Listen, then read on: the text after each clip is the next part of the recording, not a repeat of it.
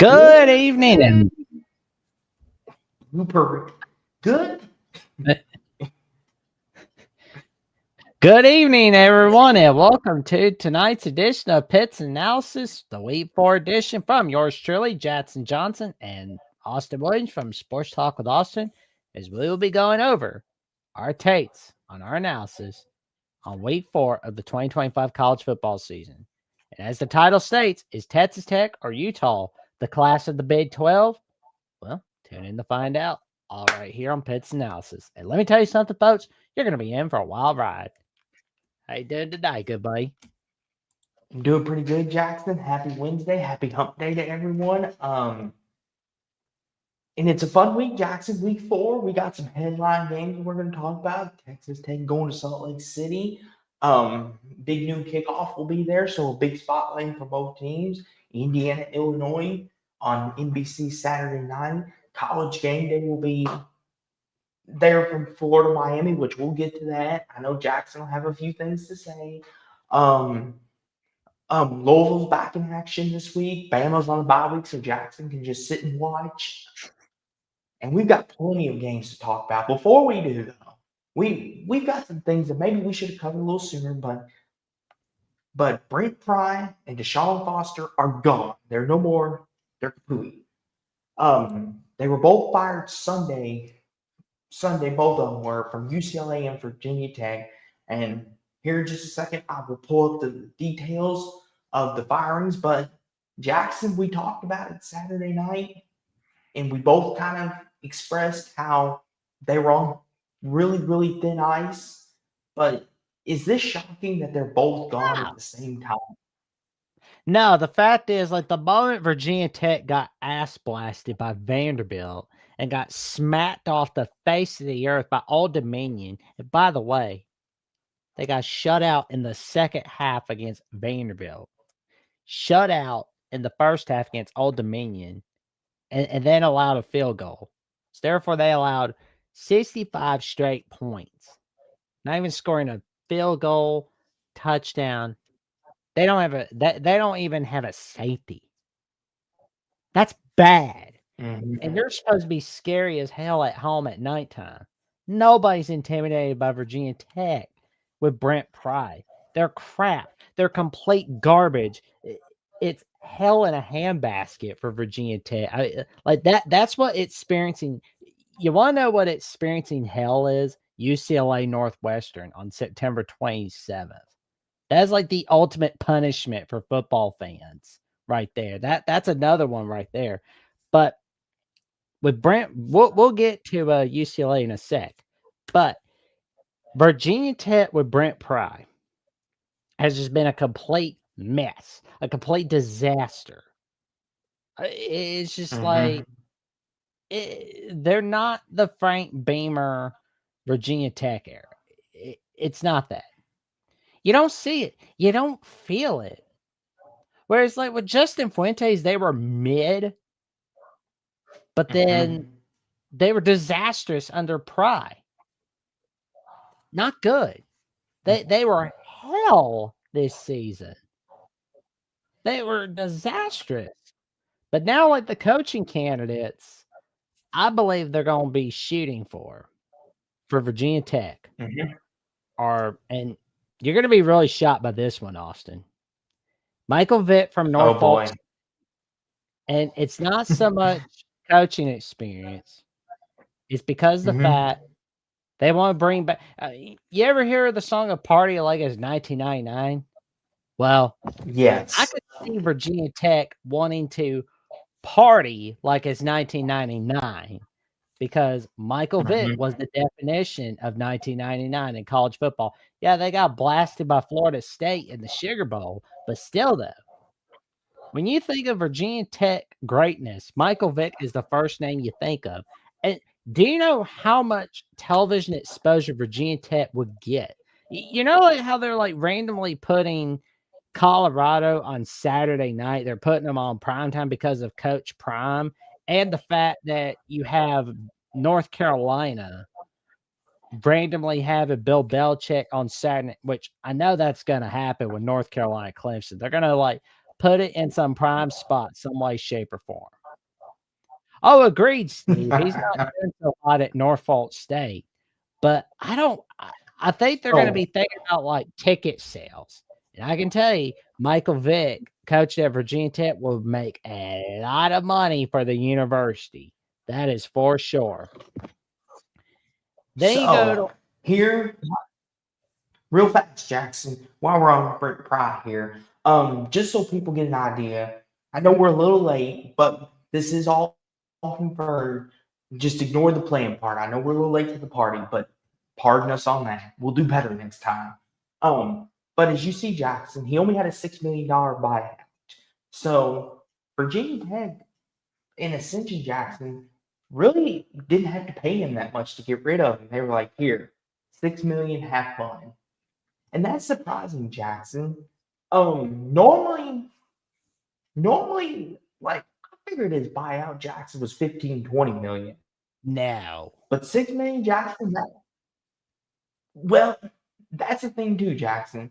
It's just $6 million is not a big buyout if we really think about it in this day and age. So I would love let me 6 ask you this, million. Jackson. Well, 6 million is not a big buyout in the world of college football and NFL, but to us, it would be great. But let me ask you this, Jackson. Is this actually a good thing for Virginia Tech that they didn't have to pay a big chunk of money? It was only 6 million. Oh yeah. You because do you think going forward this will help the program? Meaning they don't Oh, have debilitating cap, so to speak. They don't do Texas A&M and pay Jimbo money each year oh yeah. or pay him a big sum of money. Do you think Oh this yeah. helps Virginia Tech? Oh, it does. Because then they can use that money to get a good head coach. But Mm-hmm. This is too. I'm sorry, Jackson. I know we got to move along here, but that's kind of fun. He said I could go 0-3 for 6 million.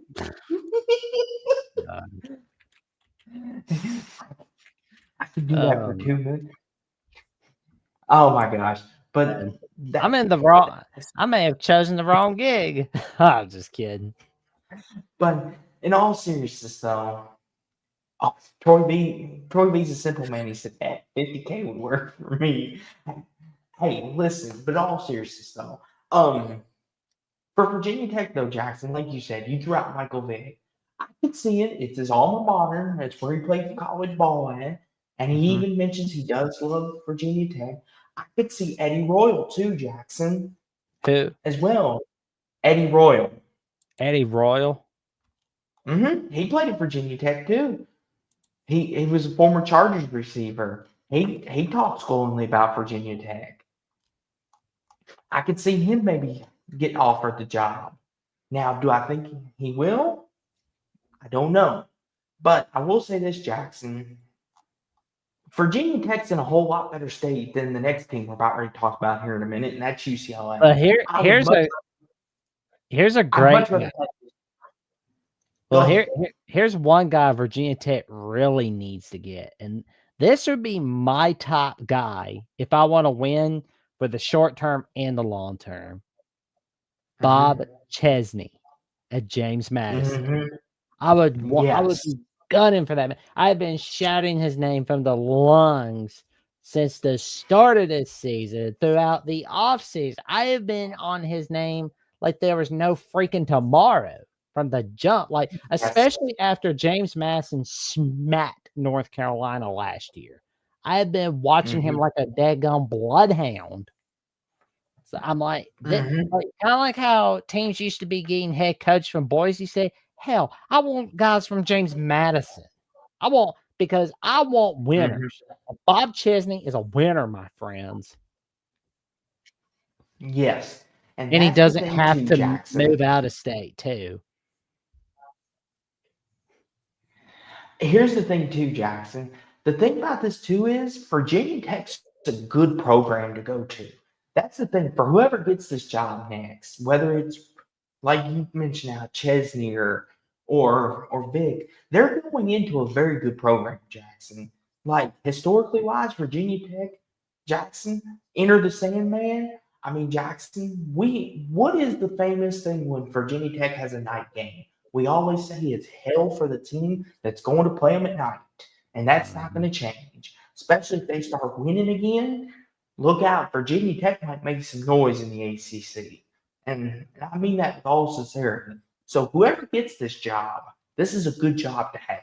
Now, as for UCLA though, Jackson, ugh, I'll let you start. What do you think I wouldn't about want to go there. UCLA? Oh, they got the beach. They got the beach. They got the poontang. There's poontang everywhere. There's Margaritaville everywhere. Yeah, I mean, you get to go wasted away again in Margaritaville. Yeah, but you lose. You get ass blasted by New Mexico. How's that? How's that for the beach? How's that? Does nothing. And you got incompetent board of regents. The athletic director's a dumbass who is hired by other dumbasses. Honestly, I would not want to coach Mm-hmm. there. I mean, you talk about Rutgers, being the team that was the hellhole for the Big Ten. Maryland was the hellhole. Well, guess what? UCLA is a complete dumpster fire in hell, who's basically Satan's boyfriend named Saddam Hussein. All That, right. Here's the thing, that's what too, they are. They're Jackson. complete hell. They're trash. Jackson, to bring it back around. Come on, I'm going to bring this back around. See, Jackson already went off the rail tonight. Here's the thing, Jackson.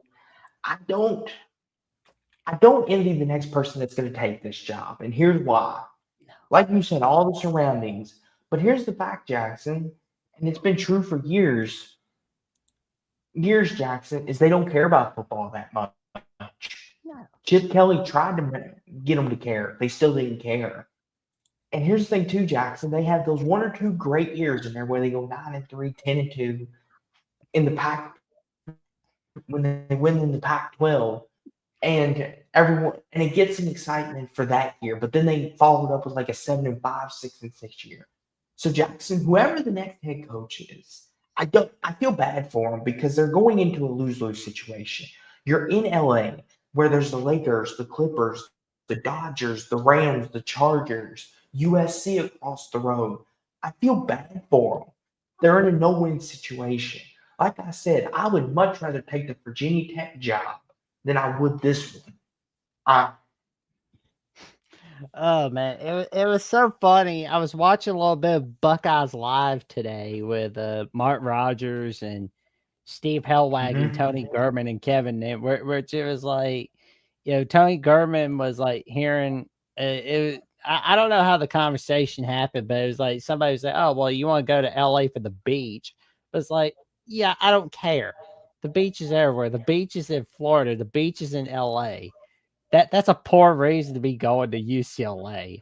I mean, like my God. I mean, And to Steve's point, Jackson, he says, I'm not buying that off. That people just don't want to show up for a loser. Nobody does. They're a thing, complete though, total loser in college football. And here's the thing, too, Jackson, that falls on the leadership, the AD, and the coaching staff. Here's the thing, you want to make UCLA a destination? Then get your winning together. Be more consistent. UCLA basketball. Exactly. UCLA basketball, Jackson, is one of the greatest, maybe, programs in basketball history. It is a standalone blue blood. They have history. Jackson, if they can just get their football together, if they can get that together, Jackson, UCLA will be revered as one of the greatest programs, all-around programs in history. They will be mentioned with a lot of great programs. Like it's when you talk about the all-arounds. But UCLA doesn't give a dang about football. And that, to your point, Stephen, that falls on the AD and the coaching staff.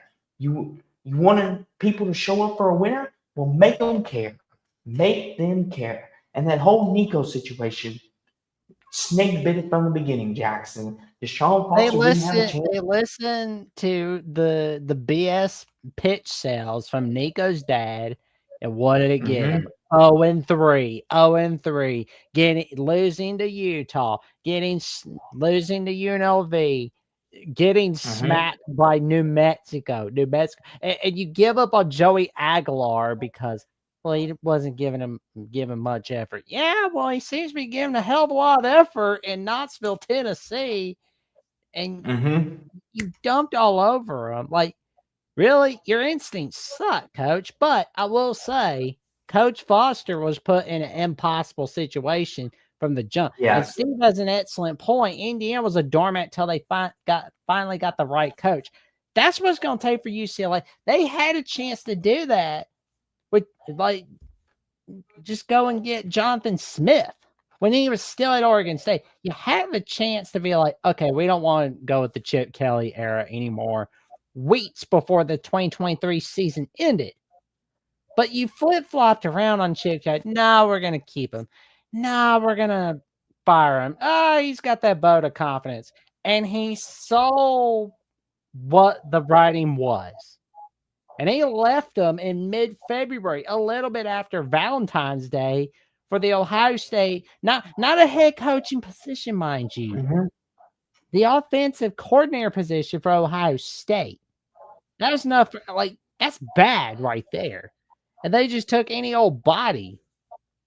Mm-hmm. Yes. And that's the thing too, Jackson. UCLA needs to find a winner. That's what they need to find. They need to find that guy. So let me ask you in the chat, who would be the ideal candidate to take this job over? And whoever does, God bless them, because they're gonna need it. Who would be the ideal candidate? We thought of a couple for Virginia Tech. I Let's think see. Virginia Tech's gonna be in a better situation because at least they have some competency at their not just at like the department above. That's what's gonna take from UCLA, and I don't think they intend on fire. Like I mean, they'll fire the athletic director, I'm sure, but they'll put another idiot in charge as the athletic director, which will mean an idiot decision for hiring the next head coach. That it's just what's gonna happen. I don't have any positivity for UCLA at the moment. I'm not And expecting them to have a stretch to where Indiana is going with Kurt Cinetti, but I'm just not seeing anything good come out for UCLA as of right now. With the people that are in place, who do you mhm. want to he'll stoke out and die on the field if he's at UCLA. I'm trying to think, Jackson, who would be a good candidate? 'Cause there's Maybe not that many Dan out there. Lynn, the USC defensive coordinator. I mean, would Clay Helton, would he want to come back to the No, California side from Georgia Southern? no, Would he want to give no, another? Wait, you don't think he would? no, You don't think he'd be like, let me see what no. I can He's do with happy at UCLA? Georgia Southern. Like win I'm enough trying and to think. nobody. Yeah, I mean it's like Jackson, there really aren't that many attractive bidders out there for UCLA. They might I have mean I the hear ideal like bid. Clark Lee from Vanderbilt because he's got UCLA roots. But the thing is, I would stay at Vandy honestly if I'm Clark Lee. Brent Mm-hmm. Brennan played at UCLA, but he's at Arizona right now. Yeah, I don't think So he would want to do that. Jackson, the only other one I can maybe think of off the top of my head that would want to even test LA, is there anybody from the NFL ranks that would want to go there? That would no, maybe think that has a dream of going to a college job? Jackson, no, would Mike McCarthy be interested? no. He's not that desperate. Okay, okay. I'm just spitballing here. I'm just spitballing But I because it's will got say, but it's like if we see an NFL coach going over to UCLA, it's gonna get plenty of undeserved hype. oh gosh. Shh. But that's interesting, though, Jackson. that was interesting. That was the news update for the day. So for Virginia Tech and UCLA, they had to get rid of him. They thought it was what was best.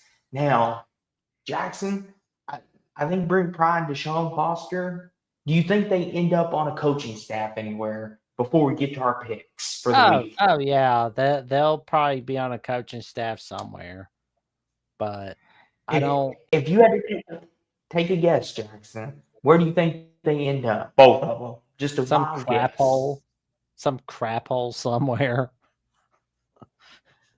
I could see.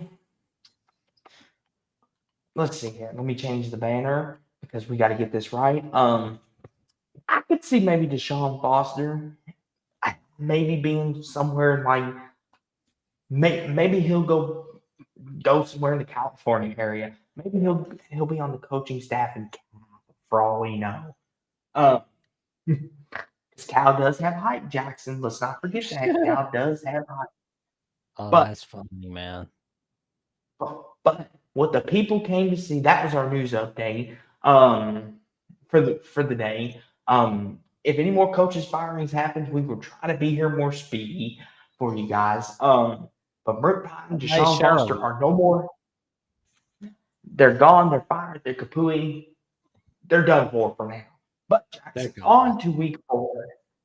For Thursday night, we've got Rice and Charlotte, Jackson, and then we got Dolphins Bills on Amazon Prime for the NFL.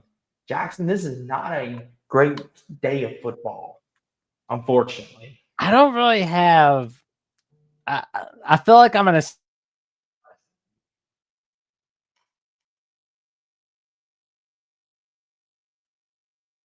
Uh-oh. Did I freeze or did Jackson?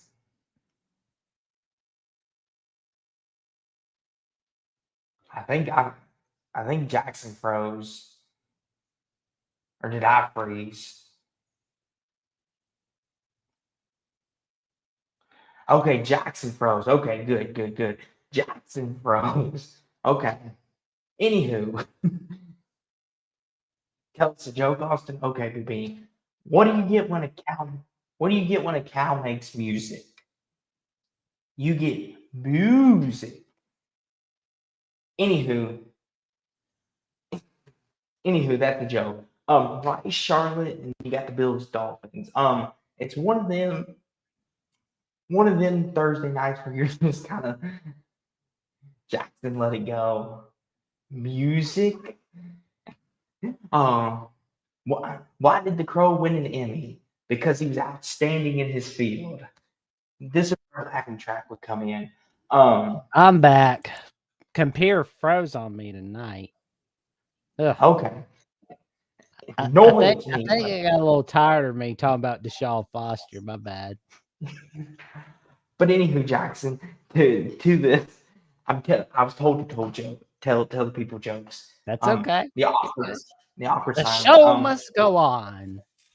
But anywho, Jackson, Rice, Charlotte, and then you got the Bills, Dolphins, and then I feel are you I going to feel like watch you're either gonna one of them? see something.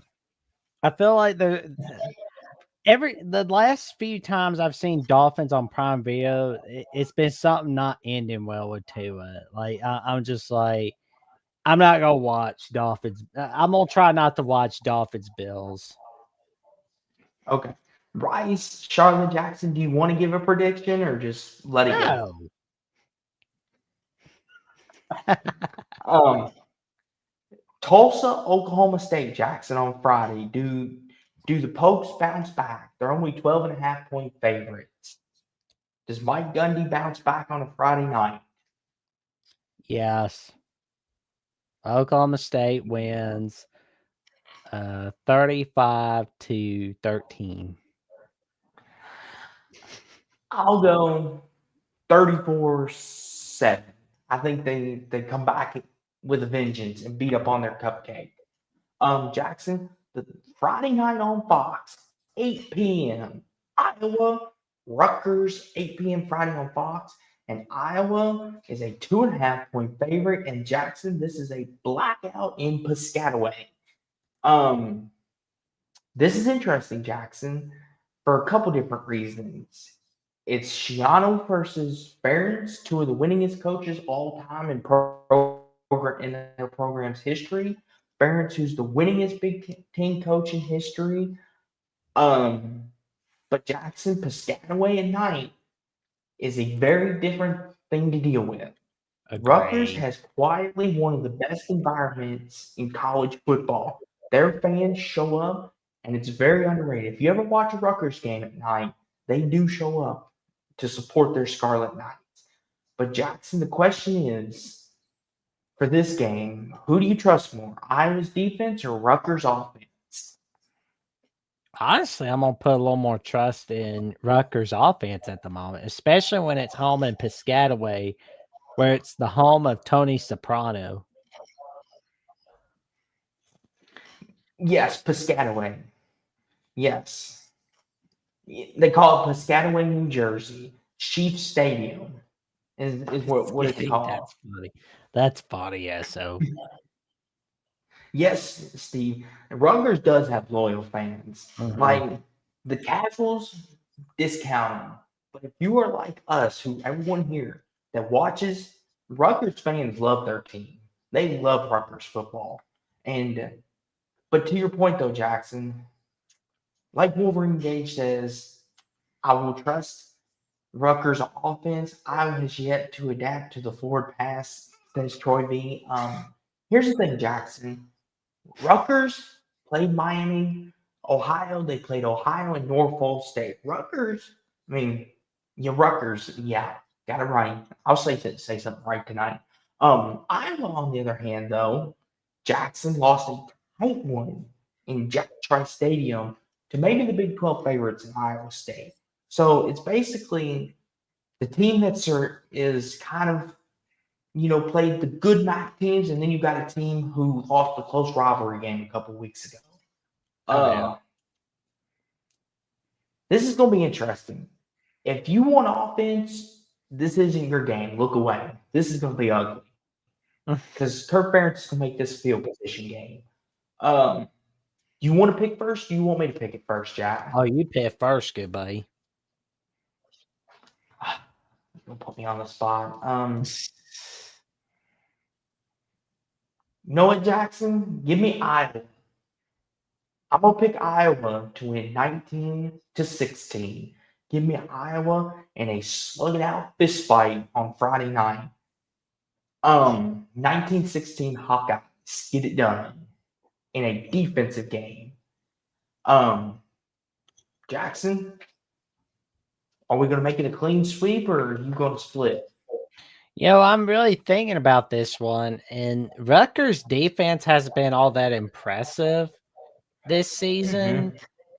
but their special teams are really good. So that's something to think Mm-hmm. about.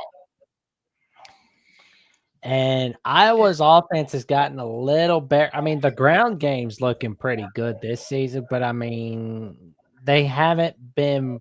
I mean, the only tough opponent they played is Iowa State. That's it.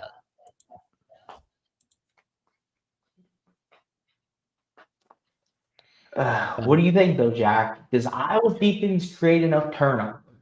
Because if Iowa's defense can create turnovers, they win this football game. Kirk Ferentz has made a living on doing that. Does he get enough to do that? Is what if it helps make it simpler? I I think think he does. I think Go ahead. Iowa wins this one 24-17 against Rutgers. Okay, we're both picking Iowa. It should be a fun game. I think this should be a fun game, especially if you like defense. But if you don't like defense, then look away. But here's a good one, Jackson. Saturday at noon on Fox, Texas Tech, Utah on Big Noon kickoff. Big Noon will be in Salt Lake City, and Utah is a 3.5-point Oh favorite. man. In Jackson, this is Texas Tech's chance to prove to the world they are for real, and they are here to win the Big 12. They are one of the teams that can win it. Because Jackson, what do you always tell me about Texas Tech? They got a lot of money, but they don't ever show it on the field when it counts. Well, Jackson, they beat Utah I think it'll show you a little something, wouldn't you say? Yeah. I mean, I'm listening to Texas Tech if they win this one. But, Mm-hmm. I mean, if you can beat Mm-hmm. Utah at Rice Eccles, got me looking for a little bit. Mm-hmm. But you have to show the rest of Here, the season. here's the thing, Jackson. What about the turnaround by Kyle Whittingham in Utah to start 3-0, Jackson? A lot of people were calling for Kyle Whittingham to retire last year. A lot of people were. We're saying maybe it's time for him to retire. And here he is, Jackson, 3-0. Did we maybe count out the old guy too fast? Oh, yeah. No doubt. I mean, here's the thing too, Jack. What's your takeaway on this game? Because these are two teams that you kind of flip on. So I want to hear your take. Well, honestly, I had a little more faith in Utah than I did Texas Tech.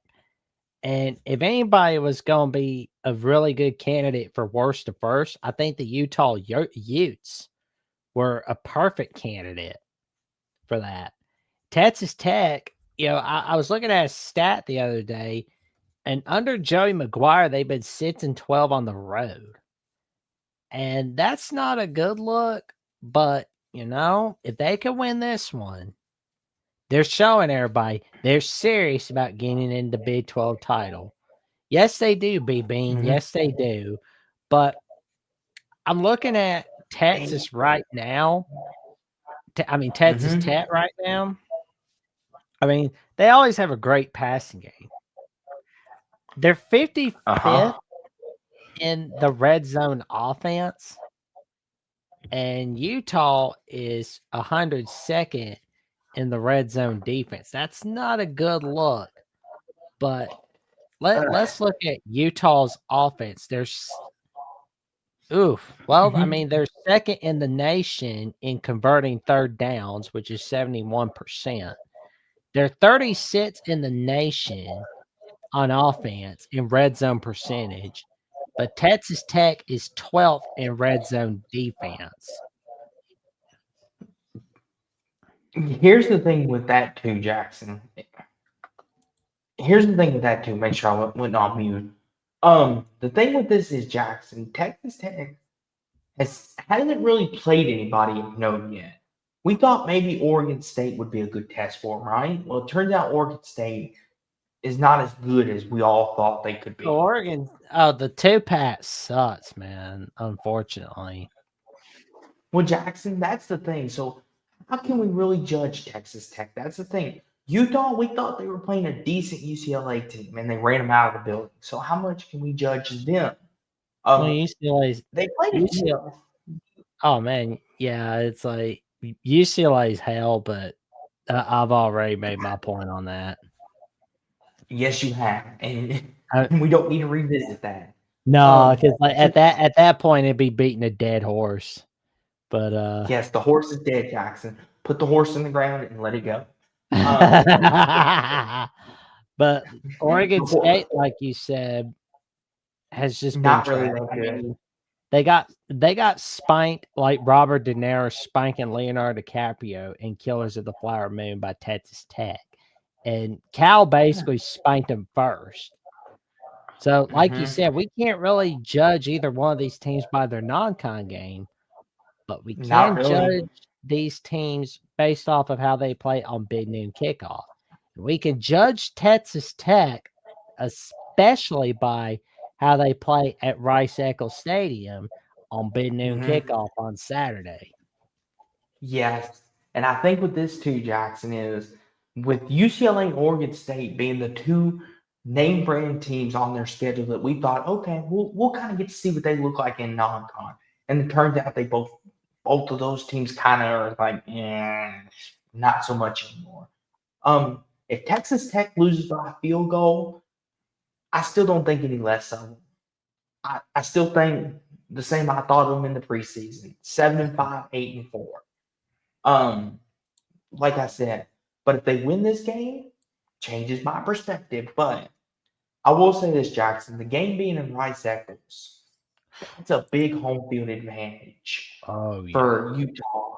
The altitude in Texas and Texas Tech Jackson, this is their chance. But I don't think they're going to make a point on Saturday. I think Utah at home is a great team, and Kyle Whittingham is out to prove that he's still got a little bit left. Mm-hmm. Give me Utah Saturday, 31-21.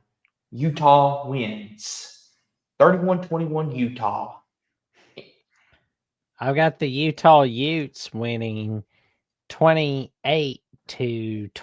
against Texas Tech on Saturday at mid-noon kickoff. And Steve's got his prediction on Tech and Utah. Let's get the Trojan Fights comment. He says, I'm beginning to hate mid-noon kickoffs. USC with 11 a.m. local time game at Illinois.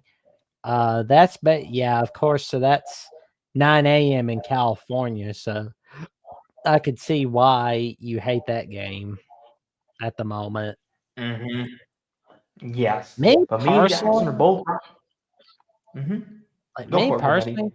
I don't care what time a game is. You put it at the butt crack of dawn, I'll keep an eye on it. Then I'll have my But, nap time during the daytime. but me and Jackson are riding with Utah at home. Noon on ABC, Jackson, Arkansas, Memphis, in kind of a sneaky good game. Jackson, Memphis, they're 7.5 point dogs. Arkansas, 7.5 point favorites. Does Taylor Green and company bounce back? Or does Memphis Jackson make a statement like South Florida did? What do you think? I'll let you pick first. It would not surprise me if Memphis beats Arkansas or upsets them. And I really wouldn't consider it an upset, but Vegas considers it an upset. Yes, a big upset because 7.5 is big. Oh, Arkansas is going to be sitting there thinking a little more about spoiling Notre Dame's playoff chances. Here's the thing, Jackson. It's at Memphis too. That's what scares me. It's a road game, and Memphis Jackson, they have a nice little fan base. Like they're kind of like Rutgers. They're not very big, but they got a nice fan base. And Memphis Jackson is going to be vying for the Group of Five playoff spot. So this could be a marquee win, especially if Arkansas goes on to win 8-9 games. I'll let you pick first, though, Jackson. What are you thinking? Yeah, you got me thinking about Taylor Green and that close loss they had to Ole Miss last week. It was unfortunate, but that's the way it went. And Memphis is looking to have a say in get. Oh hell no! Unless the Big 12's killing itself out of the offing itself out of the playoff race, where it's only the Big 12 champ, and the ACC plays itself out of the playoff race, where it's like only the champ gets in. Which in that case, I don't see that happening. There's basically going to be 3 playoff teams from the ACC, from what it looks like. There's going to be the 4 usual. Let's see. Yeah, I mean the Big 10 SC get it. The Big 12 champ gets in.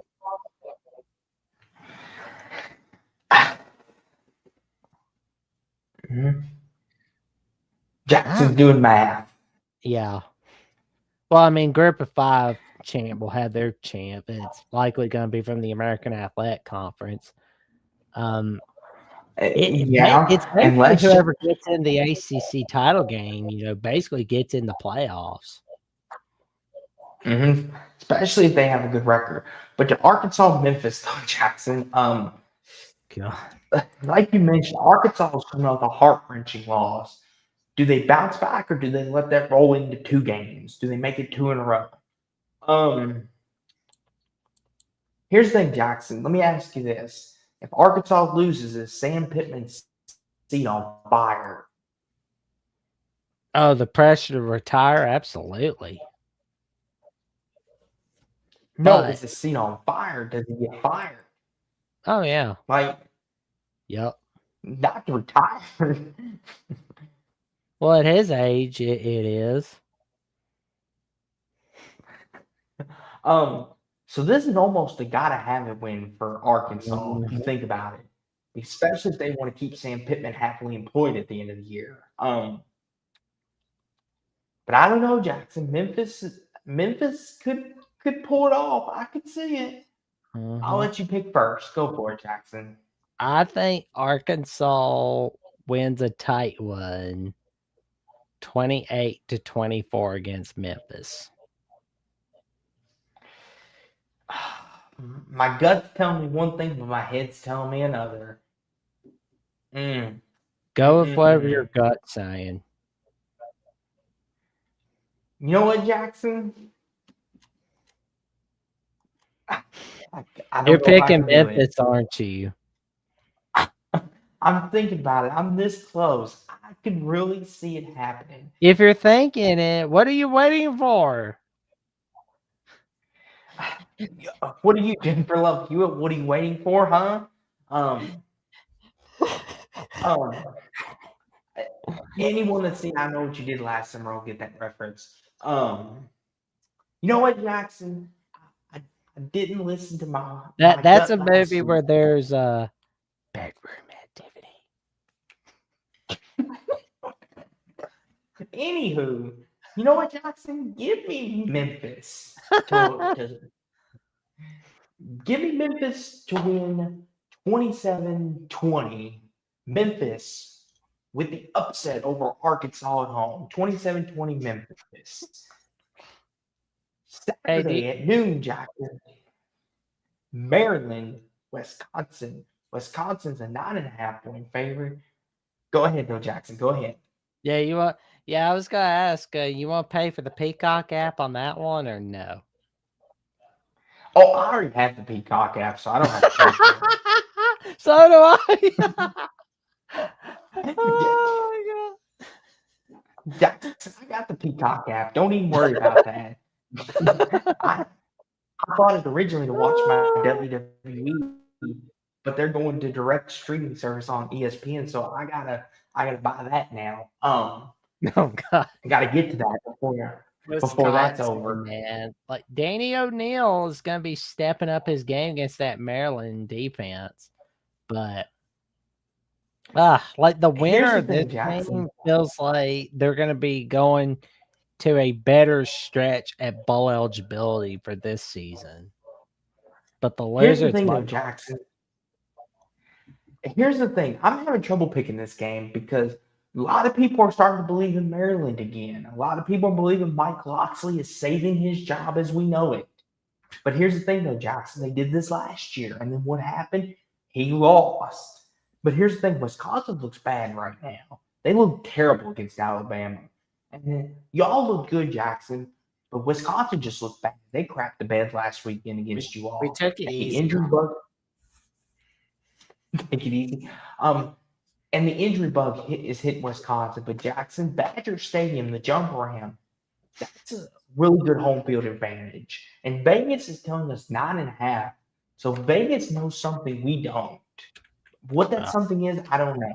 For them to be put 9.5, I figured if Wisconsin was going to be favored, it was going to be by like 3 for the home field.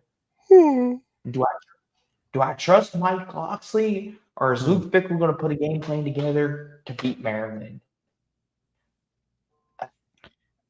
I think Wisconsin gets it done, but it's gonna be Oh, Jackson's it, just taking the reins. He's like, I'll pick first. I was going to pick first, but go ahead. yeah, I think Wisconsin wins this one in a 24-14 victory.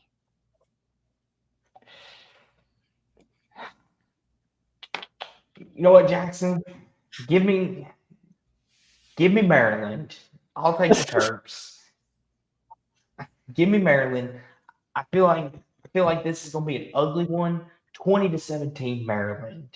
Give me the Terps to win in Oh, if jump that around. happens, you're probably gonna see something like that happening. Yeah, I know, right? Fickle is the next coaching casualty. Yeah. Yeah, 12 p.m. Fickle's on yeah, it's over for him if that happens. 12 p.m. on ESPN. I mean, here's the thing, Jackson. They're beat up at quarterback, and they looked bad against Bama last week. I might regret it Saturday when we do the post game if they win, and I'll apologize, but I'm gonna back You Maryland. don't need to always apologize for bad pits. Like bad pits happens. Like I make good pits and I make bad pits. You don't I ever just still I just feel obligated to, good buddy. 12 p.m. ESPN, Syracuse, Clemson. Clemson's a 16.5 point favorite. Jackson, God.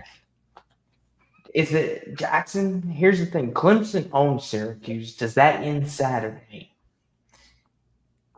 No, but it's gonna be a low scoring game.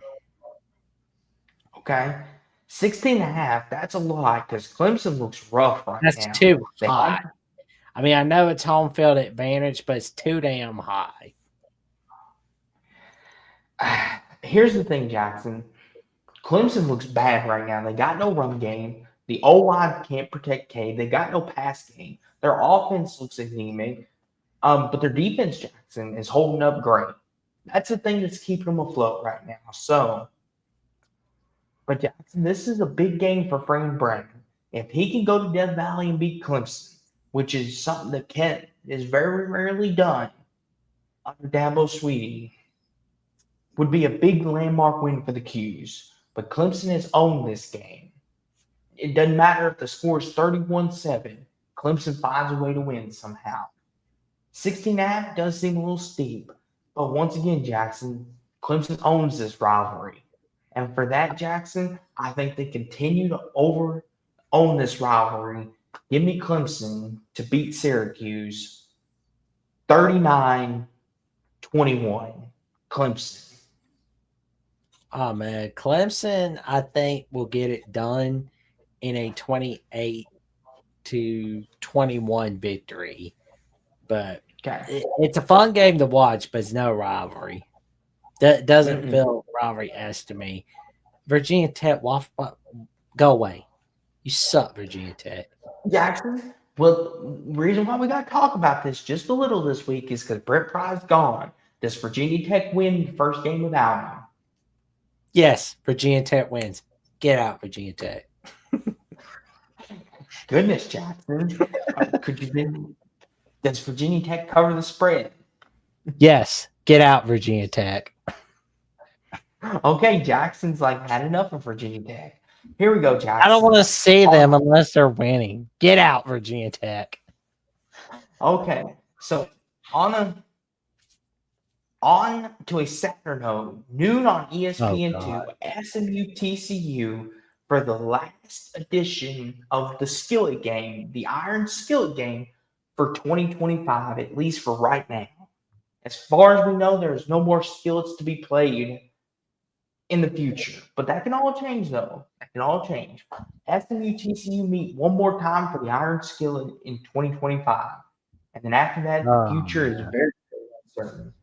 TCU's a 6.5-point favorite, Jackson.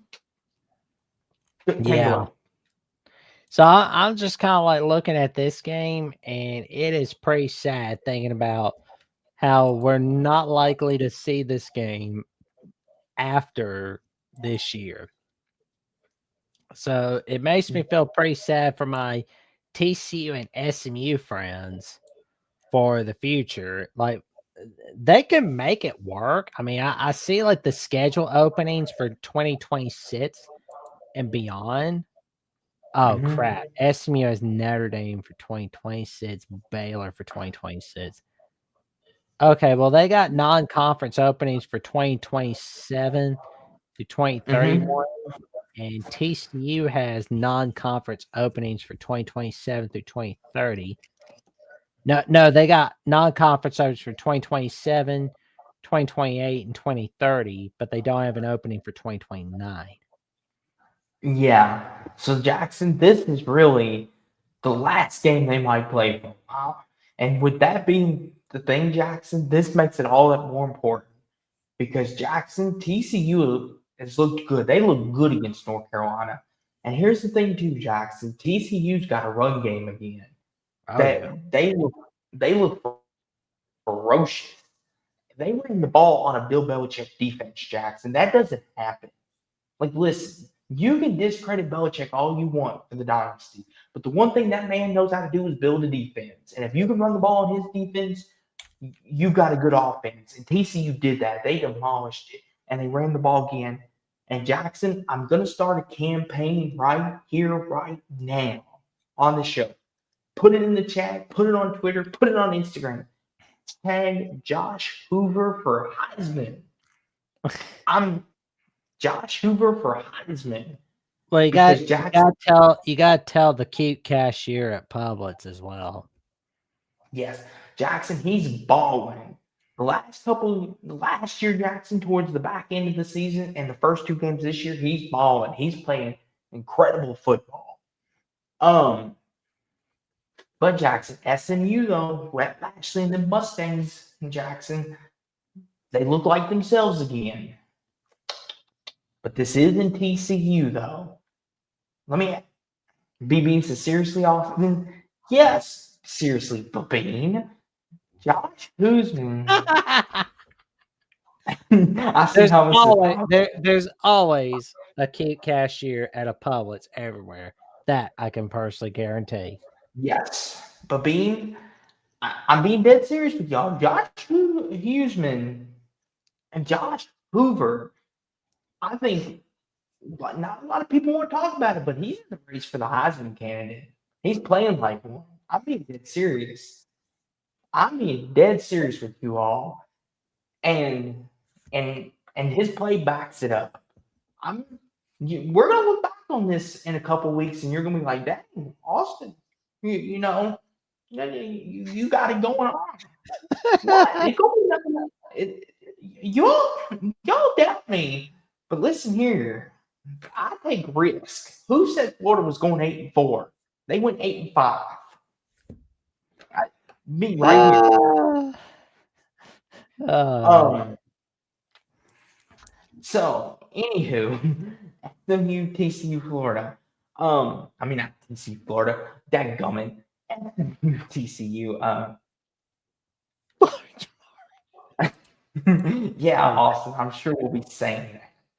Listen here, Bean. I understand he's not from your mighty Gators, but get over it.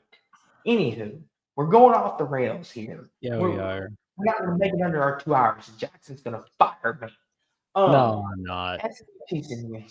Jackson, what do you think? Who's your pick? Well, TCU is giving up 9 yards per passing play, which is 123rd in the nation, which is not good. But SMU's 15th in passing yards for the season. That's pretty good for TCU. I mean, for SMU. And I'm looking at the stats on third down conversion. And I mean, this is going to be a high scoring game right here. TCU, here we go. 18th in passing yards for a season. SMU is much worse. They're allowing they're 134th in the nation in passing yards allowed per game. So I'm thinking this is going to be a high scoring game. And yeah, we're going over 64.5. I mean, if you want to add something to your parlay this week, add TCU SMU going over 64.5. Because that's gonna happen. It will happen. 1-2 says TCU make a statement win, quote me. I can see it. TCU's playing really good football. But what do you think, Jackson? Since this is one of your favorite rivalries, give me your prediction.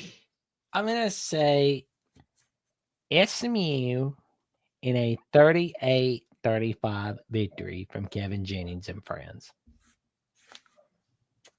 You know what, Jackson?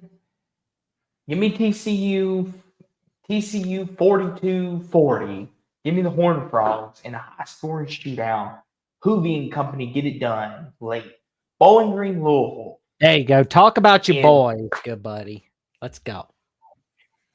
Uh, 25.5. I mean, it's a steep. I mean, Bowling Green Jackson, they played Penn State close, I think, last year or the year before. They've been known to play bigger opponents, especially on the road, better than anybody within their group range, so to speak. Eddie George will be on the sideline, obviously, because he's the coach. But uh, here's the thing, Jackson. This is kind of a rivalry game because they're both from Kentucky. They're on the borders of one another. I think we will win because we've had 2 weeks to prepare. But 25.5, Jackson, I don't know if we cover. I'll say we win 38-24. I don't think we cover. Oh, dude, have some more confidence, man. It's going to be a 28-10 victory over Bowling Green. Have some more confidence. UNLV Miami, Ohio, Jackson. Does Dan Mullen start 4-0? Or does Miami, Ohio pull off the upset? Yes. UNLV wins. Do they cover? Yes. Do they cover? 28-17. I'll go 34-24. I say they cover. North Texas Army. Does North Army Texas wins. start 4-0? Army wins. Yep, Army wins. Go away, North Texas. Does South Florida bounce back? Yes, go away, South Carolina State. Does Tennessee bounce back? Yes, go. Yeah, I don't want to see you torture an Alabama team. So, bye-bye, Tennessee. I mean, Trent Dilfer's on the sideline. If that makes I any don't difference. care. I don't care. That's not enough. Go away, Tennessee UAB. I don't want to watch that game. Jackson. Okay, that's a game I like. Oregon State. Although, what's happening to it after this season is the question. Jackson, does Oregon cover? Let's not waste our time on this. Does Oregon cover? You know what? Yeah, I mean, Oregon is.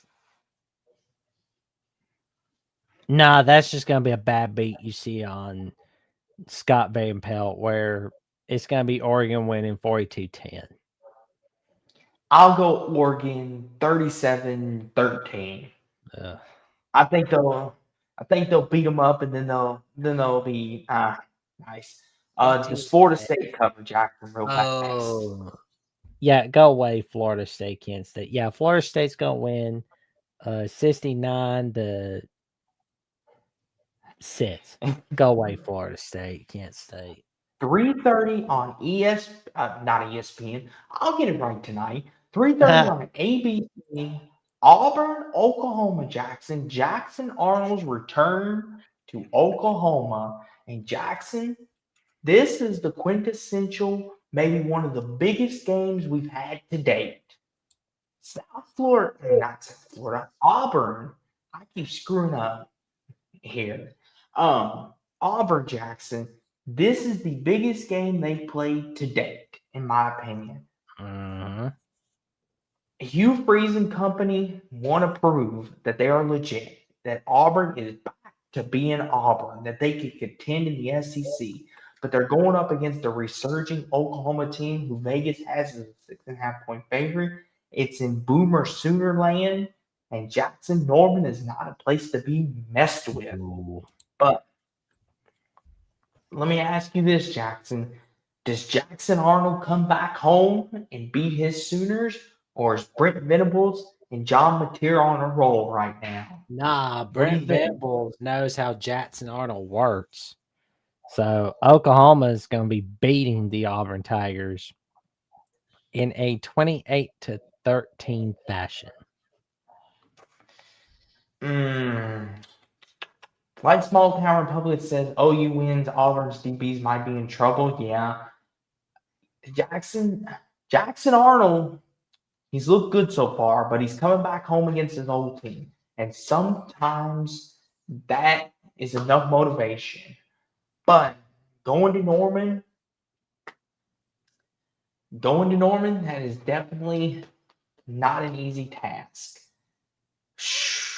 I think Brent Venables gives him heck. I think this is Brady Belichick 2.0 when Brady came back to New England. I think Venables is gonna mess with Arnold a little That's bit. an insult to Brady and Belichick.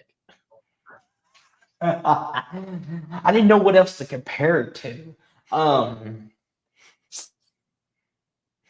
Steve says 28-24 Auburn overall. Okay, here's the thing. We can't count this, Jackson. He's doing it off his non-love for Michigan. Steve, that's invalid. Give me a better reason. Give me a better reason. Jackson, mark him his pick out. He gets no points regardless because that's just wrong. Give me Oklahoma to win. Give us your pick, I Austin. think Oklahoma wins. I think Jackson Arnold's going to turn into the pumpkin again. I think Brent Venables causes turnovers. I'll go 34-20 Oklahoma. I think they win. 3:30 on ESPN. Tulane, Ole Miss. Does John Sumrall and the Green Wave go to Hottie Toddy and upset the Rebels, or does Lane Kiffin get it done? I don't think. I think honestly, this is gonna be a close one. I mean, we talked about Memphis a little while ago wanting to show South Florida, hey, we still run this show. Guess who else wants to show they still run this show? Tulane does. Uh-huh. They're gonna want to get things rocking and rolling. They want to make sure that they're getting things all set for the rest of the season. And I'm looking at the stats for Ole Miss and Tulane. So far, I've seen Ole Miss. Oh man, oh my God, Tulane's been allowing a lot of passing yards throughout the season. They're 100th in the nation, 235th, 35 yards allowed. Oh my God, like Ole Miss offense is gonna chew them up and spit back out. But so is Tulane's offense. I mean, they're good, but nowhere near as good as Ole Miss's offense. But Ole Miss defense, 117th in run defense, and oh my God, yeah, that's bad. You better not look like that against LSU. But I will say, I'm gonna go. Here's the thing. Yeah, Tulane. Before you hold on, Jack. I will say they played this game a couple years ago with Jackson Arnold, and it took a late touchdown rally from Arnold to win this game. So Tulane has a history of doing this to Ole Miss. And what's the quarterback situation looking like for Ole Miss? Is it going to be Timberland or is it going to be Simmons that gets the start? Who knows? But honestly, it's a better position than where they were before last week. But it just feels like a closer game than experts have it.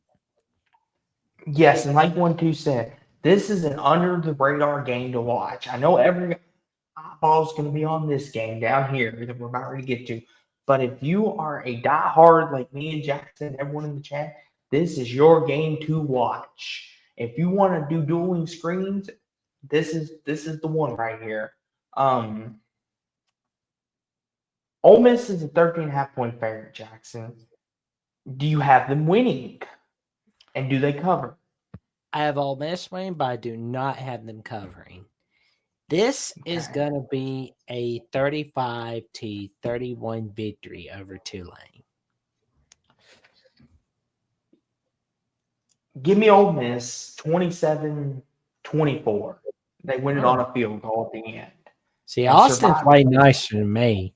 I'm not that nice compared to him, man. Some of these games, I'll chew up like a chicken nugget. 3:30 p.m. Jackson, CBS and Paramount Plus, Michigan, Nebraska. Michigan is a 1.5 favorite. Oh boy, Nebraska fans are not gonna like that. But Jackson, you want to talk about something, Jackson? let's talk about Mr. Matt Rule, good buddy. You told me at the beginning of the year he's wiping that stench off that big Yeah. red color there. And you told me Nebraska in year 3 under Matt Rule will be doing fabulous work. And Jackson, if he wins this game Saturday, is there still a spot on the Matt Rule and Nebraska hype train? Is it too late to jump on? No. There's always room in the Okay, Matt good. Rule hype train. Good. Because Jackson, I'll be sitting right next to you on the bus if they win Saturday. Because Jackson, I am loving what he's doing at Nebraska. And I've seen what he's Nebraska doing, has Jackson. dealt with a 28-game losing streak against ranked opponents. But you want to know what I believe? That Hold ends on, on Jackson. Hold on. But I'll Hold get on. to it. We'll pick here in a second, but Michigan's a 1.5 favorite. They're going to Nebraska. Here's the thing, Jackson. What do you think of Bryce Underwood to start the year? Let's start there first. I truly want your thought. Like, be honest and open. What do you think of Bryce Young? Good, I bad, or think you he's still in the great. middle? I think he's great. But I will tell you, if you put enough pressure on Bryce Young, it's going to get ugly for the rest of Michigan. Jackson, Michigan run game been a little spotty so far this year. The defense, Jackson, is not the defense that we once knew. They can definitely be beat down the field. And Jackson, here's the thing. This comes down to who wins the trenches Saturday. This is another one of them who wins the trenches game. Because Nebraska loves to run the ball. Michigan loves to run the ball. Whoever can run the ball the best will win this football game. And whichever quarterback does not make a mistake will win. And with that being said, though, Jackson, I'll let you pick first. I think I know where you're going, but give me your thoughts and give me your pick. Who you got winning Saturday? The way I look at it, if you can put a ton of pressure on Bryce Underwood, that's going to help you. And that's all you really have to do is make sure you put enough pressure on Bryce Underwood. If you do that, you're going to be good to go. I think this Nebraska defense can get it under control. Because like we saw against Cincinnati, they finally won a close one, right? They can finally win close games. And I think Saturday on ABC will be the day where we finally see them end the misery against top 25 teams. Not to cut you off, buddy. CBS, get the network right. Yeah, CBS. Like, yeah, I was like, I hope I didn't say like another network. Like, good grief! It's like, oh my god, like Brad Ness is gonna be like excited. Yes. And everyone in Lincoln, Nebraska is going to be happy.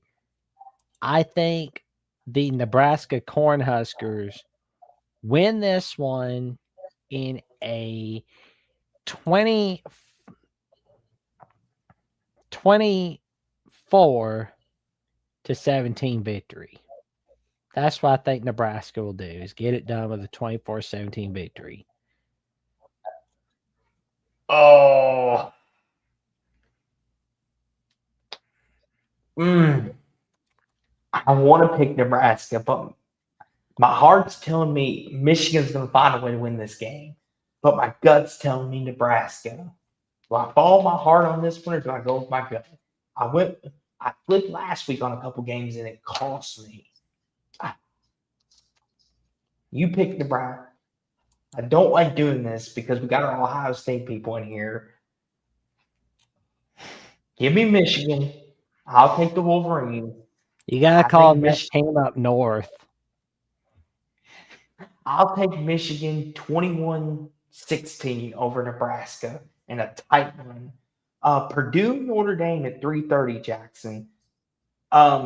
Jackson made his pick to annoy me. No, I didn't do it to annoy the Buckeye fans. I love you all, and I love that. No, that's our thing. LOL. Oh man, it's kind of like the picking at your sibling thing, where it's like you're doing thing they're doing, and it's like no, that we can do that, you can. It's like that's funny. School up Michigan, that summer transplant. Oh, Hey, listen, hummus. I'm a good-hearted guy. I promise. I promise. Like, listen, I'm Cardinal red through and through. Like if Michigan sucks, I don't care if they win. It sucks when Jackson picked Kentucky. I don't like it, but I respect it. Just respect my pick, please. That's all I ask. Purdue Notre Dame though. Jackson is Notre Dame in jeopardy Saturday. yes, yes, they have to win this game. It's panic time in South Bend, Indiana. That right there, They're Jackson. not moving. They're going to get kicked out of the AP poll. They lose to Purdue. But yeah, they Jackson, do. They need to get rid of their defensive coordinator, though.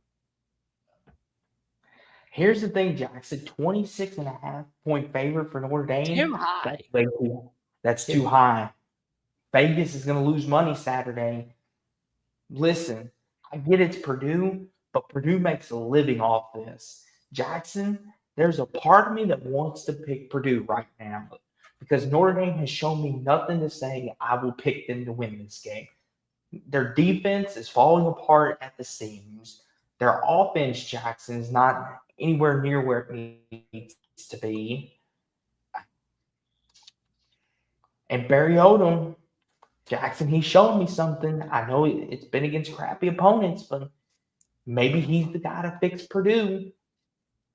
I'll let you pick first, good buddy. Does Notre Dame save their season Saturday? I have to go Notre Dame with a 31-17 victory. Yes. And Troy V says Notre Dame looks lost on D this year. They do. They don't know what they do.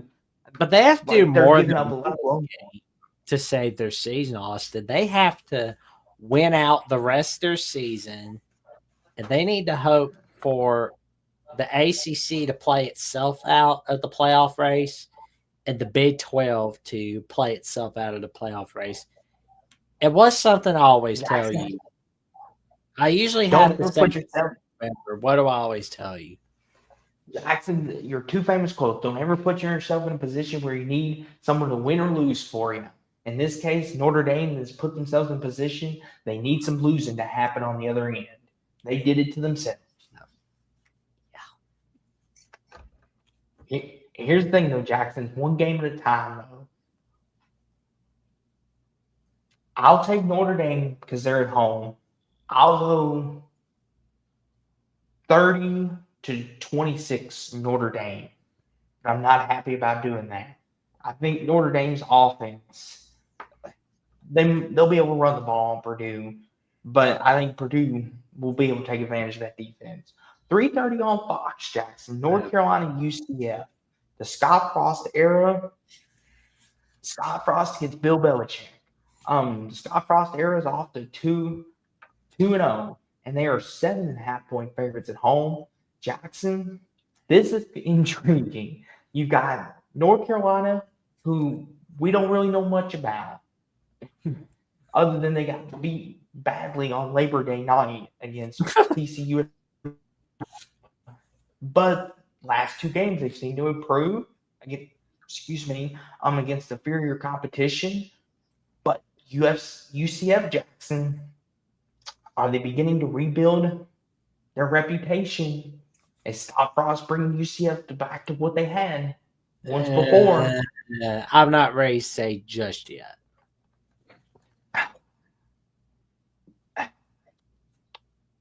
Jackson, this is in Central Florida.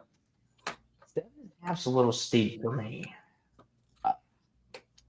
Do I go with Bill Belichick or do I go with Scott Frost? You go with who? Let me get your opinion. I don't like either one of these teams. Let me get your opinion. I don't like either one of these teams. They're disastrous so far. Uh, I need to know it's more on Central what I'm Florida. seeing by mid to late October from both these teams. It's in Central Florida. I don't I And don't care if it's in uh, Timbuktu. I still need to know more about what both these teams are looking like. I mean, not in the way they are 1-2, because I mean it's. I mean these two you'll have to schools park have Jackson. because I don't think they're expecting fighting for bowl eligibility.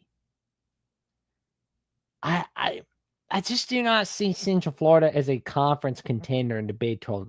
Obviously, I want to see if they're good enough to be a bowl team. North Carolina,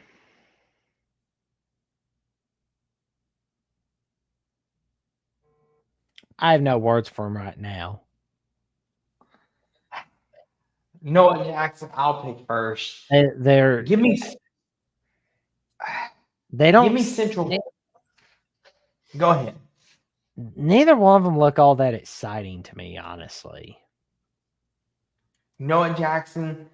Give me Central Florida. They're at home. I'll go 24-20 Central Florida.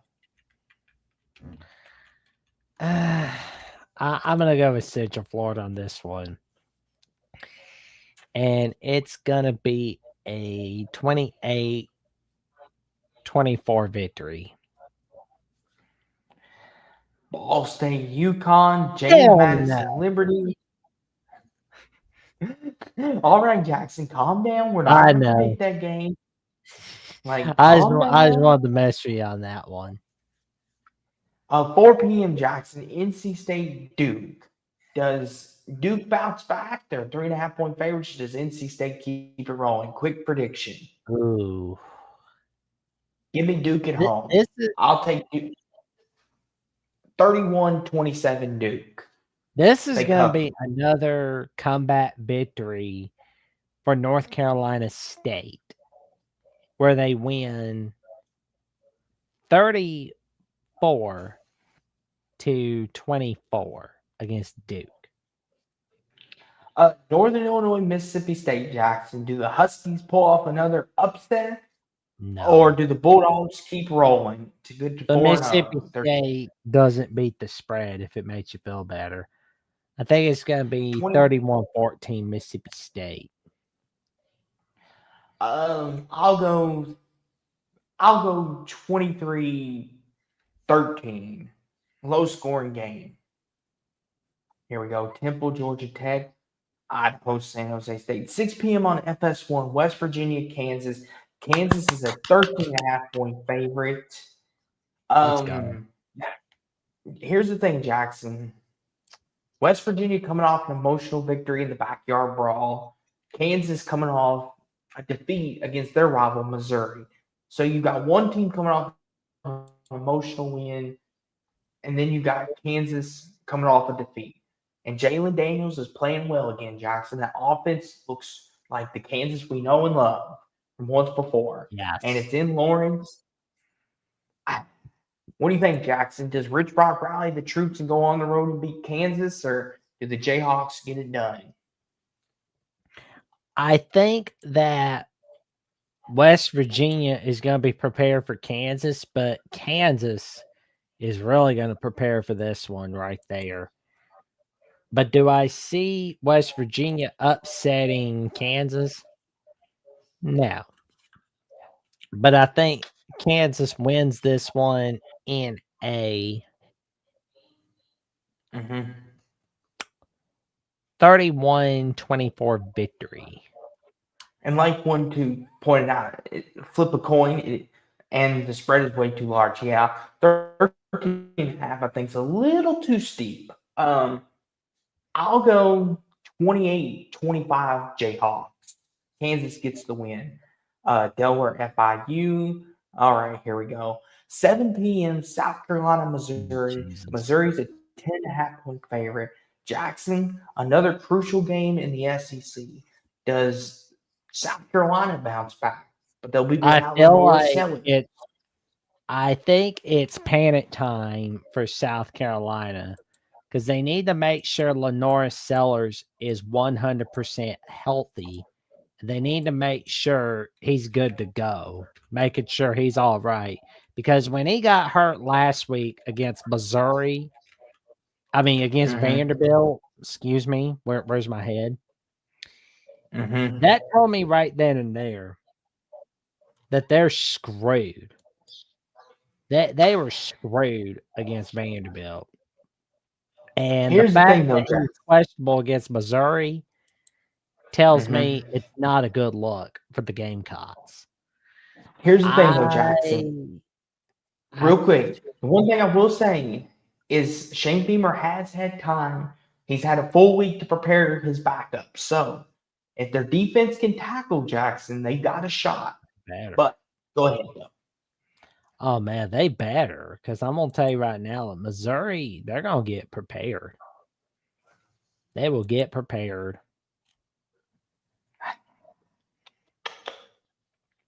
Uh, Missouri and Jackson looks legit. They do. This will be their Mhm. first big test. Give me Mizzou. I think Bo Purdue has a shining moment. I'll go 22-17 Missouri at home. What No, about you, Jack? Missouri's gonna beat them by a hell of a lot more than that. It's gonna be 28-13 over South Carolina. So you have them covering. Okay. I don't have them covering. Oh, Yeah, okay. South Carolina's screwed, unfortunately. Okay. Here we go. A This is little more gonna be sloppy. A little more sloppier games. Oh jeez. Lord, this is. I'm gonna Here we go, puke. Jackson. Here we go, Jackson. 7:30. Florida versus Miami is the U. Jackson. A college game day will be in town for Florida, Miami, 7:30 on Saturday night on ABC. And Miami is a 7.5 point favorite. So what does Vegas know that we don't, Jackson? Is it possible, Jackson, that Miami has a hangover? No. Jackson, here's the thing. This right here, Jackson, Billy Napier. If he means to me, then you pick Florida, I'm unsubscribing. But Bean, Miami is the real deal. Watch him closely. See, here's the thing. I've been trying to get Jackson on the Miami train because I said after they beat Notre Dame, I thought they were legit. Um, but Jackson just doesn't believe it yet. So Jackson, if Miami wins this game, will they have your attention? I've been paying attention to Miami. But I just want to see if this is one of those games that they shouldn't lose that they wind up losing. Because for some reason, I always see Mario Cristobal teams losing that one game they shouldn't lose. And it's just been not looking good for Florida so far. If they upset the Miami Hurricanes on the road, this saves their season. But if Miami Yes. can win this one, Mm-hmm. they're basically showing everybody we're serious. We're in the natty contention. Although I don't know why they would put this game in college game day though. I get it. You get to see Florida Miami one more time before the next time we see it is I don't know. The next Mm-hmm. so And 1-2, Carson Beck is playing at a whole other level this season. Miami is a contender. Carson Beck Jackson, he has been balling. For as much crap as you and a couple other people have given him, Jackson, he almost seems like he upgraded going to Miami. He has. He's been balling. He's been more consistent throughout these first three games, Jackson. Miami, this might be the year they can finally win the ACC. Jackson, you might get your dream. What's your biggest dream that you always tell me on and off air? An ACC championship game between which two teams? Miami and Florida State. I want to see that You so badly.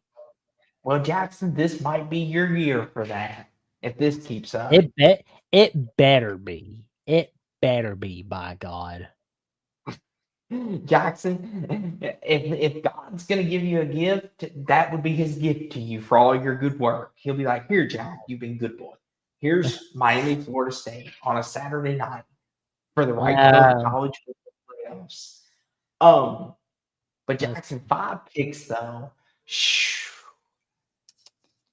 But like you said though, Jackson, Florida needs this for their season.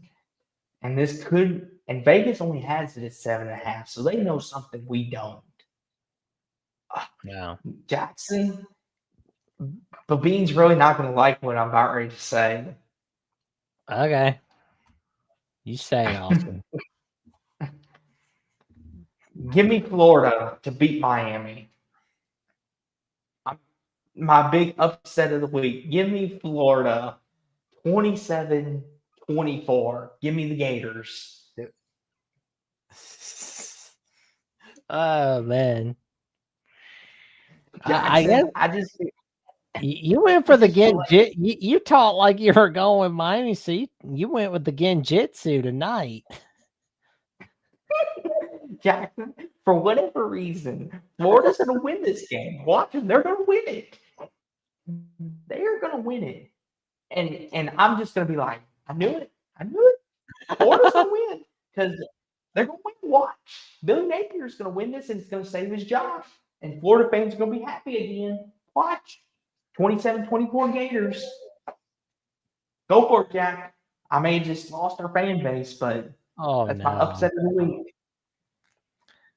I'm going with I say this with great reluctance, but I'm going with Miami on this one. They're gonna win 28-17 on Florida. Here we go, though, Jackson. I mean, here's a game that everyone will love. Yes. On 7:30 on NBC and Peacock on Big Ten Saturday night. Illinois, Indiana, and Bloomington. Indiana's a 6.5-point favorite. And here's the thing, Jackson. This right here will damper someone's CFP hopes with a loss. So this is a must-win both ways. What do you think? Honestly, whoever wins this one is basically saying they're going to the playoffs for the 2025 season. Mm-hmm. And they basically make their path easier. But whoever loses this one is in a harder path. Here's the thing, Jackson. Indiana at home. Listen here, guys, real fast. Listen, I am clean and sober. I don't do drugs. I don't smoke. I don't do none of that. I'm clean and sober. I'm straight edge here, guys. There's nothing funny in my cup. I have been watching Miami. I think that was towards me because like I am watching Miami. It's just I'm so used to disappointment from them. It's I like think that's towards me because I think Florida, I think. it's like go ahead. Wile E. Coyote trying to catch the Roadrunner, but there's like a rule that says you're not supposed to catch the Roadrunner. Apparently, there's been like some set ground rule that Miami is not supposed to succeed after that loss to Ohio State in the Fiesta Bowl for the 2002 season. Real fast. 1-2, if I may ask, who is that directed at? Me or Jackson? That was more towards me. So okay, because I gave Miami their props, but I did say that this would be a game Florida would win. But anywho, and 1-2 says I don't believe in either of Illinois or Indiana. Both already need to play somebody good. Okay, 1-2 says that was for Jackson. Okay. Yeah, that was for me. I'm just so used to Mario Cristobal teams just like blowing a game they shouldn't. Like they always do that. I mean, they did it to us last year with Miami, where they were unbeaten going to Georgia Tech. They had a chance to clinch spot in the ACC title game, and they blew it by losing to Georgia Tech and then losing to Syracuse on rivalry week. I'm not saying that happens again this year. I'm just saying I'm just so used to complete and utter trash disappointment from Coach Cristobal, where we just where we see somebody let everybody down. I mean, because it's like it looks like, because I mean, I get it. Miami's had a pretty good non-con schedule this year. They had Notre Dame started off, great win over them. They dominated and annihilated South Florida. But, they beat Florida. I mean, yeah, they're still in top 4, no doubt. But I've got to see how they're going to do against Florida State. I've got to see how they do the rest of the season. I especially need to see how they do at Pitt on rivalry week, because here's what happens, boys and girls. Dreams go to die at Pitt. Yeah, Jackson, and don't even bring up a couple years ago. Oh, still nightmares about that game. Oh, the tip balls in the rain. Oh. Anywho, back to Illinois, Indiana. Jackson, a lot of people are not buying this game. A lot of people in our chat are saying that these are two overrated teams playing. And BB brings up Illinois still has USC, Ohio State, Indiana still has Iowa, Oregon, Penn State. But the reason why we say this is a crucial playoff momentum building game, because the loser of this game essentially is going to have an uphill battle. They're going to have to win the rest of those games. The winner of this game will have a little more room to breathe, so to speak. But, and Steve says both teams are good, not overrated. Okay, Steve thinks they're good, not overrated. Okay. Well, we got Steve stance on that. But who do you think's going to win? Does Signetti get a signature win, or does Brent Bielema and Luke Altmaier put Indiana on blast Saturday and announce to the world Illinois is here? I'm torn on this one, honestly, because on the one hand, but I feel like Illinois is a little more proven, but still though, that's not a good look for Indiana, where they're 72nd in the nation in the red zone. But maybe they're saving their best stuff for the rest of the season. That's what it is. Indiana's saving their best stuff for the rest of the season.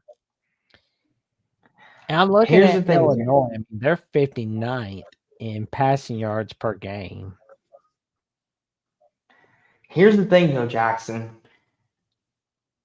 I'm picking Illinois. I'm telling you that right now. I'm picking Illinois because Luke Altmaier, Jackson. Illinois, when they go on the road, Jackson, they seem to play better football. Remember a couple years ago, Jackson, when they played Penn State on the road, they only lost that game 21-7, and it was a tie ball game with a little under 6 minutes to go. They went to Duke this year in Durham, which is considered one of the better places to play. And they won that game, and they won it handily in the second half. Luke Altmaier in Illinois love these moments. And Saturday, he's going to have another one. He goes to Bloomington and wins again. Give me Illinois 34-23. You know what? I'm right there with you.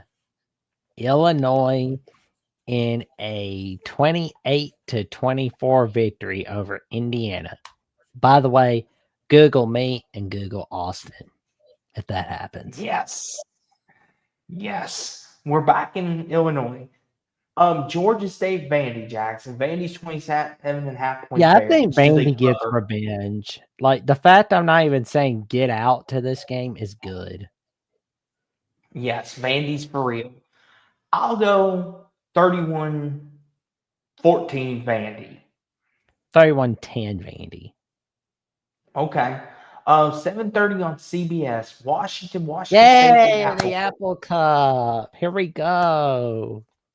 Washington is a 20.5 point favorite. Jackson, I know you said the Pac-2 stinks, but this is a rivalry game. It is the Apple Cup. Washington a 20.5 point favorite. Does Washington cover?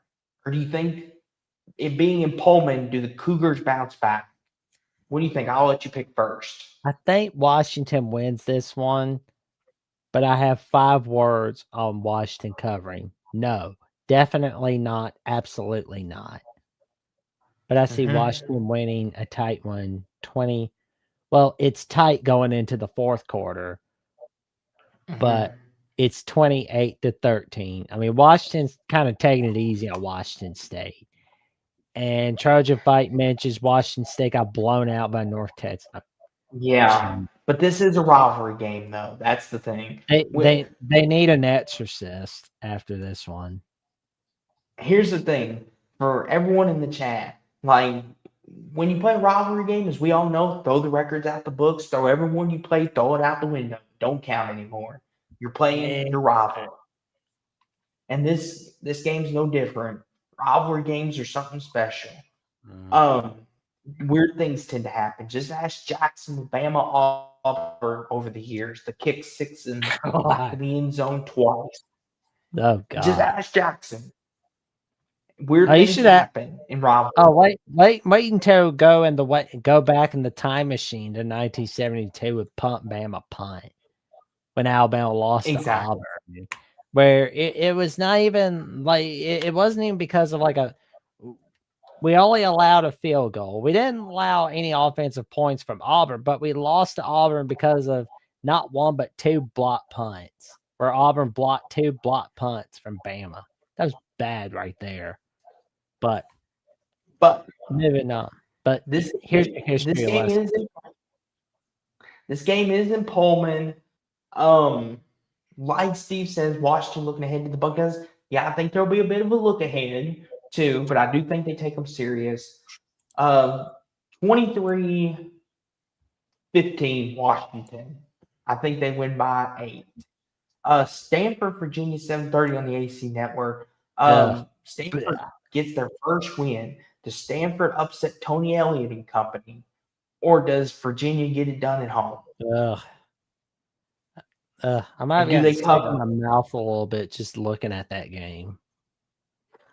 Who's your pick, though, Jackson? Speed round. Here we go. I reluctantly am going with Virginia in a 24-17 victory, but I will be pulling for Frank Wright and Stanford on this one. If Virginia loses this one, Tony Elliott's making a seat hotter in Charlottesville.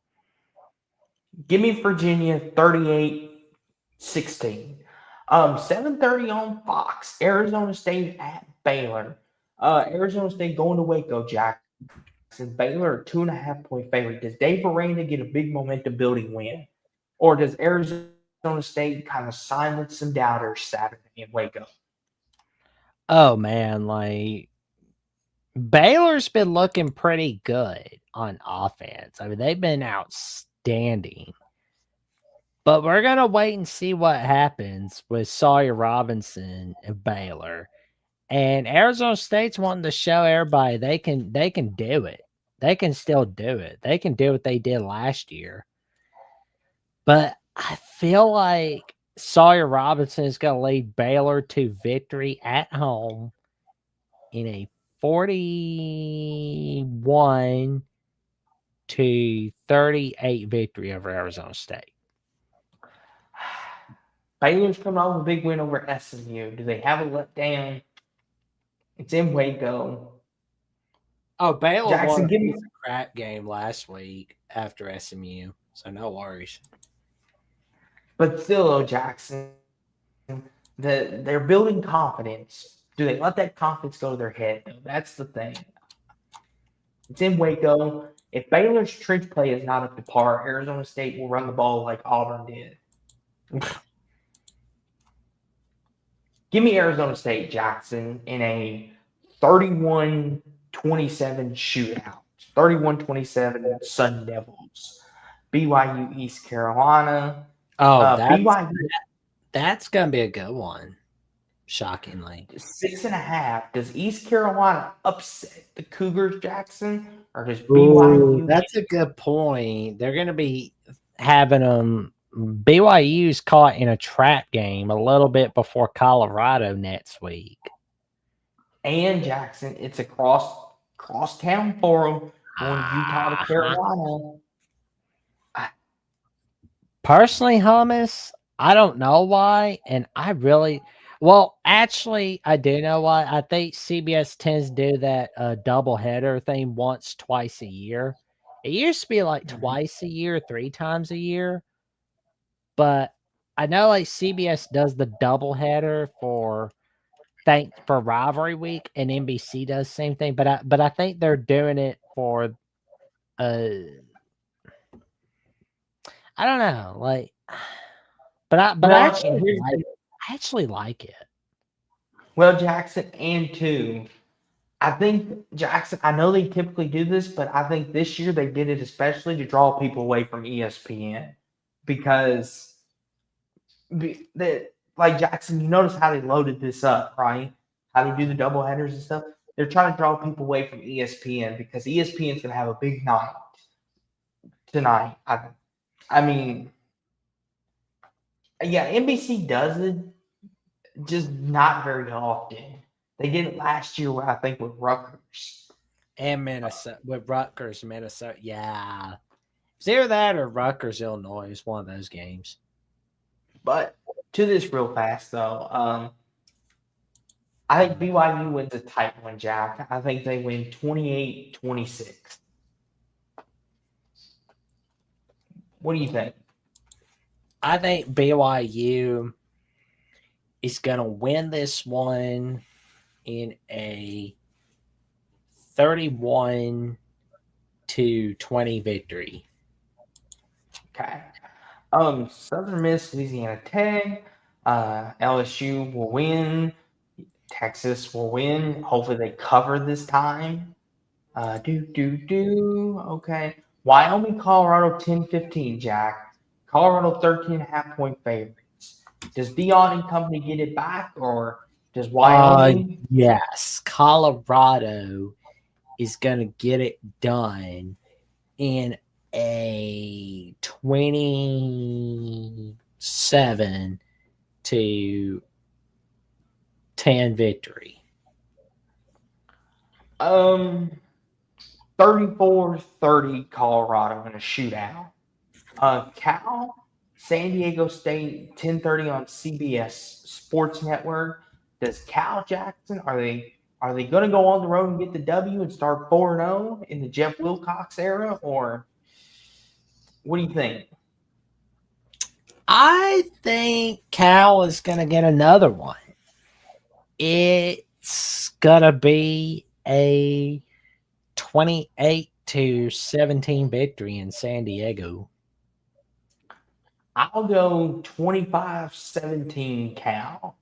11 p.m. on Fox, Michigan State, USC.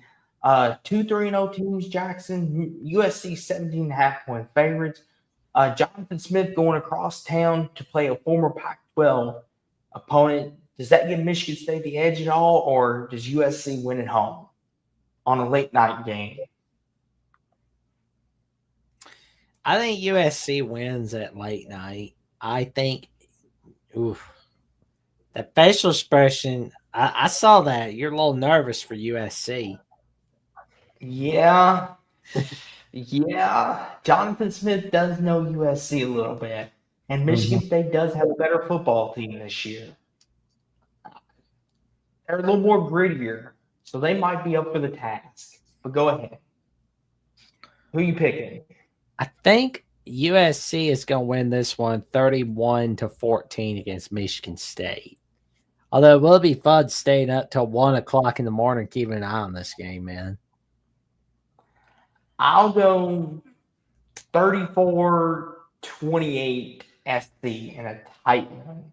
In a tight one. In Fresno, Hawaii. But that was week 4. Ladies and gentlemen, that was our week 4 predictions. Jackson, you get to enjoy a bye week this week for Alabama. And it's nice.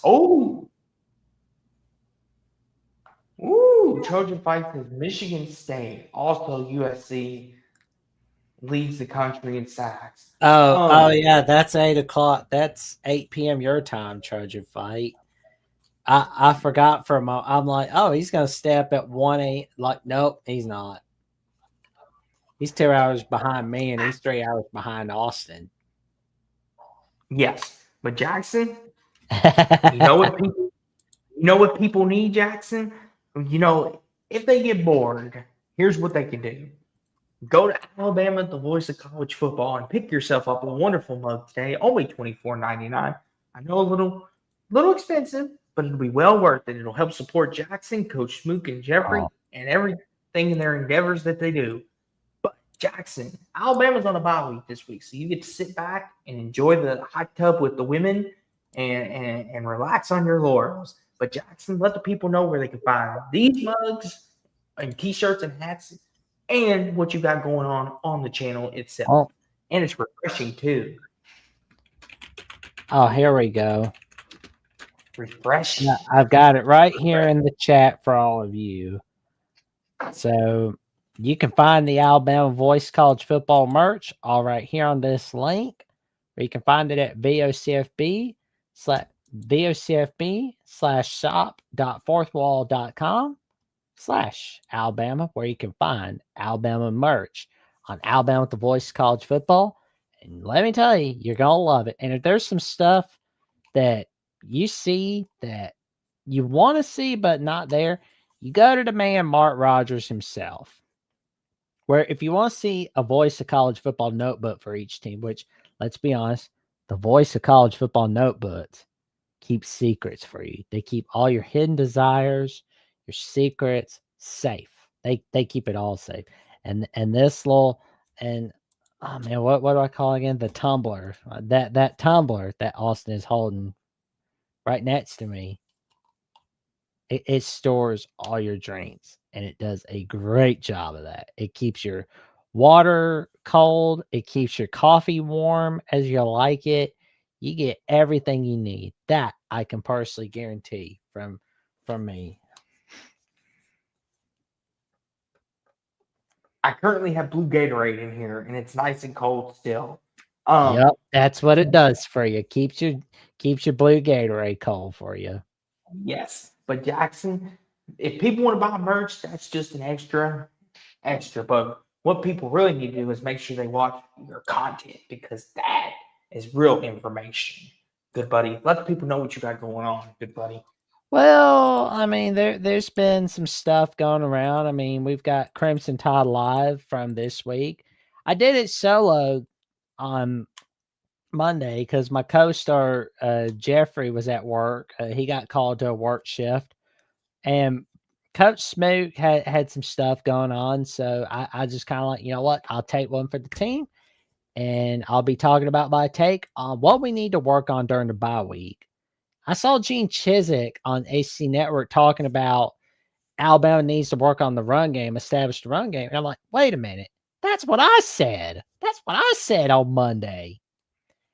And we talked about, well, I talked about the injury report and you know, my take on the week 4 rankings and much, much more. All right there on Alabama with the Voice College Football. Tune in. You won't want to miss it, including the Thursday night call-in show. All right there on Alabama with the Voice College Football. Yes. And Jackson, not only can they find you there, but tell people what you got going on your channel and everything in between. Go for it. Well, I will say I've got some stuff in store coming up. I've got an episode with Sonny Burma from Locked On Illini and at Talk Illini. Because I'm going to tell you right now, he's now working at On3. And he's got magic cooking up there. He's got a wild ride coming for all of you. All right there. And we're going to discuss it all. And you can check out my latest episode of Mountaineer Paul from Locked On West Virginia, where we talked a little bit about, you know, his backstory before he became a content creator. And, you know, it was a very important episode because, you know, it's not every day you see people talking about their backstories on the Jacksonian, but you'll be seeing more of that all right there. You might see an episode with Greg Sipes. I don't know if it's going to happen, but I will be making sure it happens for all of you. But I've been telling a lot of y'all, and I told this guy right beside me, and I've told a lot of people, off air. I've been looking to branch out to not just like more sports guests, but like, and get more college football and NFL guests, but like just people outside the sports realm in general. And I heard about like Greg Sipes' story about why he got fired by Warner Brothers. When he said like they found something as to why they fire him on Valentine's Day. But I could tell you right now, if we do get this episode, if we're able to lock in a date, if we're able to get something figured out, we will be filming a Jack Sane episode together. And he'll tell all of you as to why Warner Brothers thought it was a good idea to fire him from Cartoon Network's Teen Titans Go. And what's in store for him afterwards? Tune in for more. For more updates on what I've got going on Alabama with the Voice of College Football or Jack Sane, or my once-a-week calls on the Paul Feinbaum Show, including my latest call today, where I talked about how today was 70 years ago, where we had our first color TV telecast of a college football game between Georgia Tech and Miami. Check me out on Jats VOC. Be on /Twitter and on Instagram at Threads, JatsonJohnsonBob43908. And check me out on Jackson Johnson 97 Blue Sky Social, where some say the skies are blue, the skies are gray, the skies are overcast. And I say to each their own. Austin, what's got going on this week, buddy? Yes, we'll be right here on YouTube as well, Sport Talk with Austin. Of course, my normal Wednesday night thing. And we will see you all back here Saturday night per normal. We will be going live after LSU, Florida, and Indiana, Illinois. We'll be going live after that, after those two big games. So around 11:15, 11:30, midnight, in that time frame when they're over. We'll be going live after that for, of course, Final Whistle. And, of course, you check me out on X and all that other good stuff while we're at it. And while you're at it, make sure to like, comment, subscribe, click on our notification bells so you never miss another great video of mine or Jackson. What we have coming throughout the week, videos, shorts, everything in between. We've got it all right here. And who knows what's going to come next. But until then, ladies and gentlemen, hit Jackson, hit our music. Let's go.